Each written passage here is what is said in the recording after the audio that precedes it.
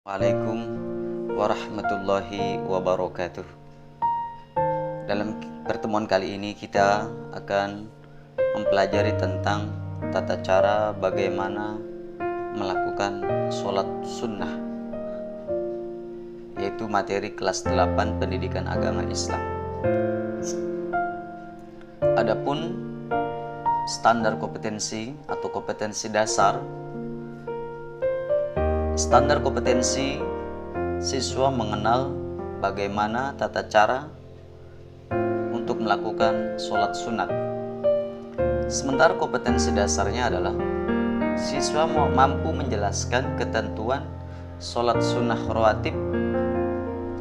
Yang kedua, siswa setelah mempelajari materi tentang sholat sunnah mampu mempraktikkan sholat sunnah rawatib. Kita kembali ke menu utama. Tujuan. Setelah kita mengetahui kompetensi dasar, kita harus mengetahui tujuan. Setelah kita mempelajari sholat sunnah, tujuannya diantaranya adalah siswa dapat menjelaskan pengertian sholat sunnah rawatib dan dasar hukumnya. Kedua, siswa dapat menyebutkan dalil tentang hukum sholat sunnah rawatib. Yang ketiga, siswa dapat menyebutkan macam-macam sholat sunnah rawatib. Yang keempat, siswa dapat mempraktikkan sholat sunnah rawatib.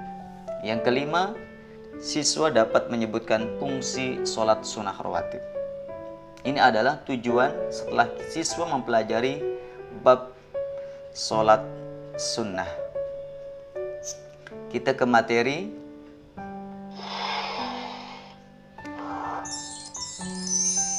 Pengertian sholat rawatib adalah sholat sunnah rawatib adalah sholat sunnah yang mengiringi atau menyertai sholat fardu 5 waktu, baik dikerjakan sebelum atau disebut qobliyah atau sesudahnya disebut ba'diyah.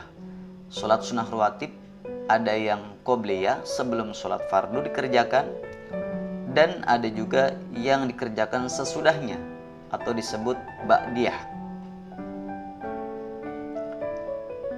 Baik, sholat sunnah rawatib terbagi menjadi 2. Sholat sunnah mu'akkad yang sangat dianjurkan dan ghairu mu'akkad. Adapun sholat sunnah mu'akkad, sholat rawatib mu'akkadah. Sholat sunnah rawatib mu'akkadah adalah sholat sunnah yang lebih dianjurkan untuk dilaksanakan.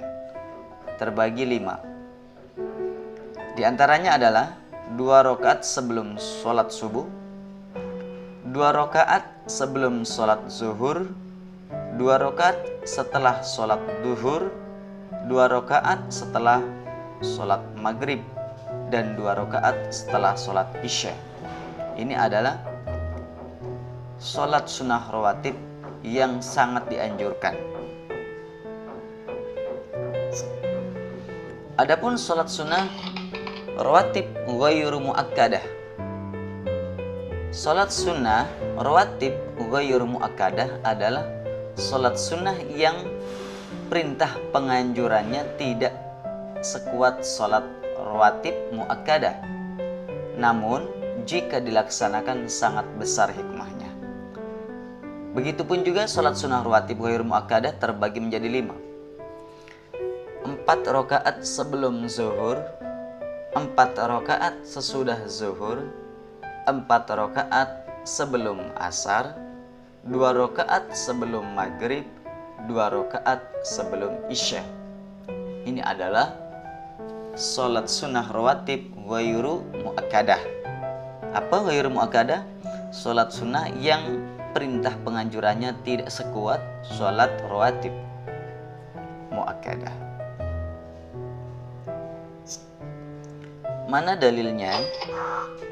Adapun dalil nakli tentang sholat rawatib, yaitu hadis yang diriwayatkan oleh Bukhari Muslim, Imam Bukhari dan Imam Muslim, an Abdillah Ibni Umar, diceritakan dari Abdullah putra Umar, ia berkata, hafidzu an Rasulillah sallallahu alaihi wasallam raka'ataini qabla zuhr wa raka'ataini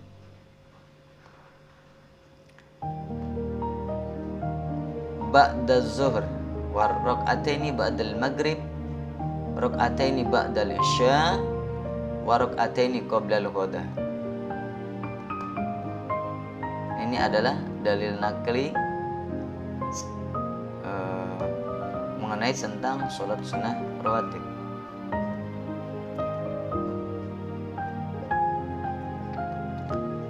Dari Abdullah bin putra Umar, ia berkata, aku telah menjaga hafizu dari Rasulullah SAW 2 rakaat sebelum zuhur, 2 rakaat setelah zuhur, 2 rakaat setelah maghrib, 2 rakaat setelah isya, dan 2 rakaat sebelum subuh. Ini adalah dalil nakli tentang sholat rawatib yang diriwayatkan oleh Imam Bukhari dan Imam Muslim. Rawahul Bukhari wa Muslim. Bagaimana tata cara untuk melaksanakan sholat sunnah rawatib? Cara melaksanakan sholat sunnah rawatib sebenarnya sama dengan cara sholat fardu. Bacaan dan gerakannya sama. Sedangkan yang membedakan adalah niatnya. Bagaimana caranya? Cara melaksanakannya adalah sebagai berikut. Pertama, niat sholat sunnah rawatib di dalam hati, ya, di dalam hati. Niat di dalam hati. Misalnya sholat sunnah qobliyah subuh, sholli sunnata subhi rakaataini qobliyah mustaqbilal kiblati adaan lillah. Itu pertama niat. Yang kedua, sebaiknya bergeser dari tempat sholat fardu. Seusai kita melakukan sholat fardu, misalnya zuhur, kemudian kita setelah berzikir, berdoa, kita geser untuk lebih utama. Adapun untuk sholat sunnah, pelaksanaannya lebih utama dikerjakan di rumah, kecuali sholat sunnat tahiyatul masjid, sholat untuk menghormati masjid. Yang ketiga, sholat rawatib dikerjakan 2 rakaat, 2 rakaat. 2 rakaat salam, 2 rakaat salam. Yang keempat, sholat sunnah rawatib dikerjakan secara munfarid, sendirian. Tidak boleh dikerjakan secara berjamaah. Yang kelima, sholat rawatib qobliyah dikerjakan sesudah azan sebelum iqomah. Kalau sholat sunnah rawatib ba'diyah dikerjakan setelah sholat fardu. Ini adalah cara melakukan sholat sunnah rawatib. Demikian materi mengenai tentang sholat sunnah rawatib. Kita lanjut evaluasi, menjawab soal-soal. Mudah-mudahan kita diberi kemudahan untuk menjawabnya. Bismillahirrahmanirrahim. Sholat sunnah rawatib adalah nomor 1. Sholat sunnah rawatib adalah sholat sunnah yang dilaksanakan sebelum sholat Jumat, sholat sunnah yang dikerjakan sebelum sholat Jumat. C. Sholat sunat yang dilaksanakan ketika sampai di masjid. D. Sholat sunnah yang dilaksanakan mengiringi sholat wajib. Soal yang kedua. Berikut ini adalah jenis sholat sunnah rawatib ghairu muakkadah, kecuali, berarti yang bukan. A. 2 rakaat sebelum subuh. B. 4 rakaat sebelum zuhur. C. 4 rakaat sesudah zuhur. D. 2 rakaat sebelum maghrib. Soal berikutnya, soal yang ketiga. Pelaksanaan sholat sunnah rawatib adalah sebagai berikut, kecuali A. Berniat sholat sunnah rawatib qobliyah atau ba'diyah. B. Sholat tidak dilaksanakan secara berjamaah. C. Tidak didahului adzan dan iqamah. D. menyaringkan bacaan. Soal berikutnya nomor 4. Pernyataan berikut tentang sholat sunnah rawatib muakkadah yang dianjurkan. Yang benar adalah A. 2 rakaat sebelum sholat maghrib, B.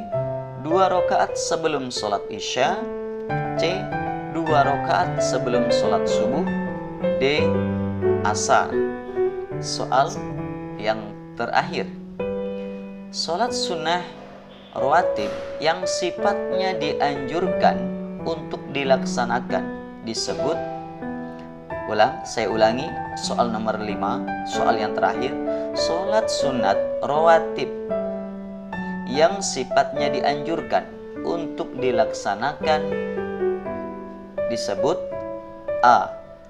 Qobliyah, B. Ba'diyah, C. Muakkadah, D. Ghairu muakkadah. Demikian soal-soal latihan. Silakan dijawab, mudah-mudahan diberi kemudahan. Ini saja materi tentang sholat sunnah rawatib. Mudah-mudahan bermanfaat. Terima kasih.